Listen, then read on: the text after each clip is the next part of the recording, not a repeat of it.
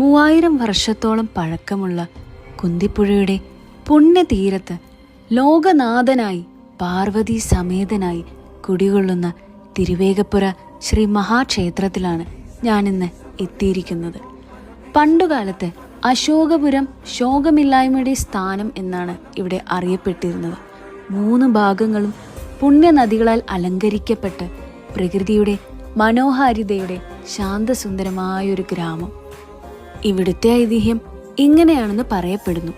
വിഷ്ണുവിന്റെ വാഹനമായ ശ്രീ ഗരുഡന് പണ്ട് പാലാഴി മദനത്തിനായി മധുരപർവം വഹിച്ചു കൊണ്ടുവന്നപ്പോൾ ഉണ്ടായ ക്ഷയരോഗവും നിരന്തരം സർപ്പങ്ങളെ ഭക്ഷിച്ചതിനാൽ സർപ്പകോപവും ബാധിച്ചപ്പോൾ ബ്രഹ്മദേവൻ ഗയയിൽ ചെന്ന് അവിടുത്തെ നദിയിൽ നിന്നും ശിവലിംഗമെടുത്ത് കുന്തിപ്പുഴയുടെ തീരത്തുള്ള വിഷ്ണു ക്ഷേത്രത്തിൽ പ്രതിഷ്ഠിക്കാനും നദീജലത്താൽ അഭിഷേകം നടത്തുവാനും ഗരുഡനോട് പറഞ്ഞു അത്രേ.